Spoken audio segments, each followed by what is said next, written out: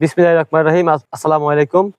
Mix farming থেকে আপনাদের সবাইকে জানাই স্বাগতম। আজকে আমরা মিশ্র সার সম্পর্কে আমরা কিছু কথা বলবো আহ, এবং আজকে যে ফসলগুলো নিয়ে কথা বলবো সেটা হচ্ছে আপনার আলু, রসুন, বাদাম এবং পেঁয়াজ এবং হচ্ছে আপনার পাকিস্তানি একটা জাতের একটা ডাল।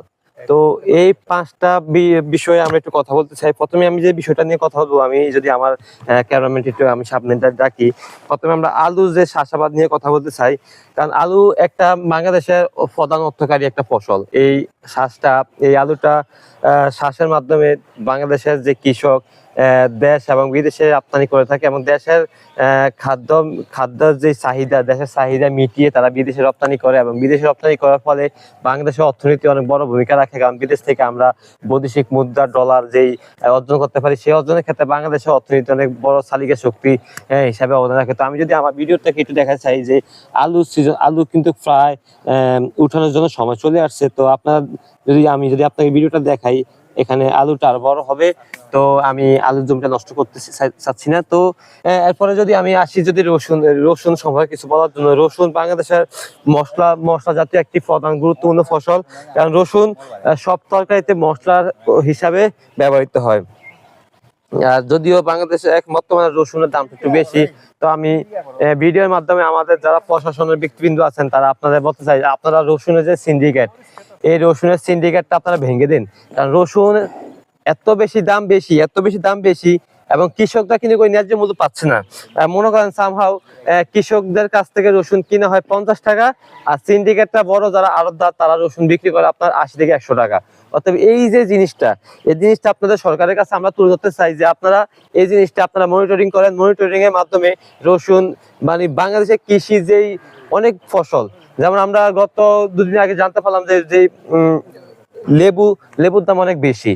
কারণ চারটা লেবুর দাম 200 টাকা। এটা কোনো সম্ভব? বাংলাদেশের যে অবস্থানে এটা কি সম্ভব? বাংলাদেশের মানুষকে এটা এফোর্ড করতে পারবে? তাই আমরা আপনাদের কাছে অনুরোধ, আপনারা এই সম্পর্কে একটু আপনারা সজাগ থাকবেন। আর রসুন বাংলাদেশের মশলাজাত একটা ফসল এই কারণে, কারণ রসুন সব তরকারি এবং সব কিছুতে আপনার মশলা হিসাবে ব্যবহৃত হয়। তো বাংলাদেশে খুবই গুরুত্বপূর্ণ ভূমিকা রাখে এবং রসুন বিদেশে প্রচুর পরিমাণ রসুন আমরা রপ্তানি করে থাকি। সেই রপ্তানির মাধ্যমে আমরা রসুন থেকে আমরা বৈদেশিক মুদ্রা অর্জন করে বাংলাদেশের চালিকা শক্তি আমরা করে থাকি।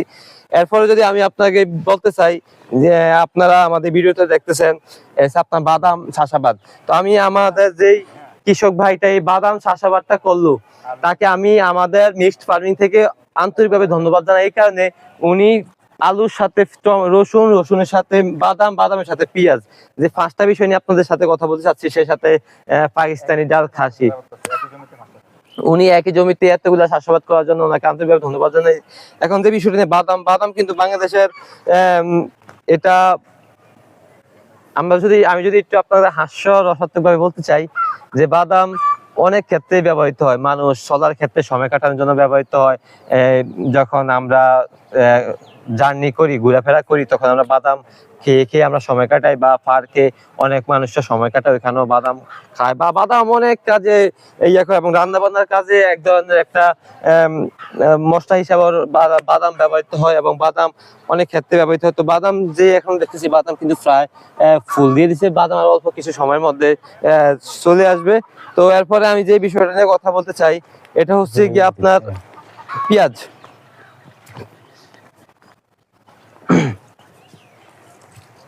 আমি যদি আপনাকে একটু দেখাই ভিডিওটার মাধ্যমে, এই পেঁয়াজটা কিন্তু বড় হয়ে গেছে, এই পেঁয়াজটা পরিপূর্ণভাবে পুষ্টি হয়ে গেছে। আর এই যে পেঁয়াজের যে অংশটা, এটা চাইনিজ রেস্টুরেন্টে আপনার চাইনিজ ভেজিটেবল তৈরির জন্য ব্যবহৃত হয় এবং ফ্রাইড রাইস তৈরির জন্য ব্যবহৃত হয়। এটাও যেমন গুরুত্বপূর্ণ, এটাও তার থেকে বেশি গুরুত্বপূর্ণ। অতএব এই দুইটাই পুরোটা গুরুত্বপূর্ণ ভূমিকা রাখে। এগুলো একটা মশলা জাতীয়। আর পেঁয়াজ সব তরকারিতে মানে আপনার রান্না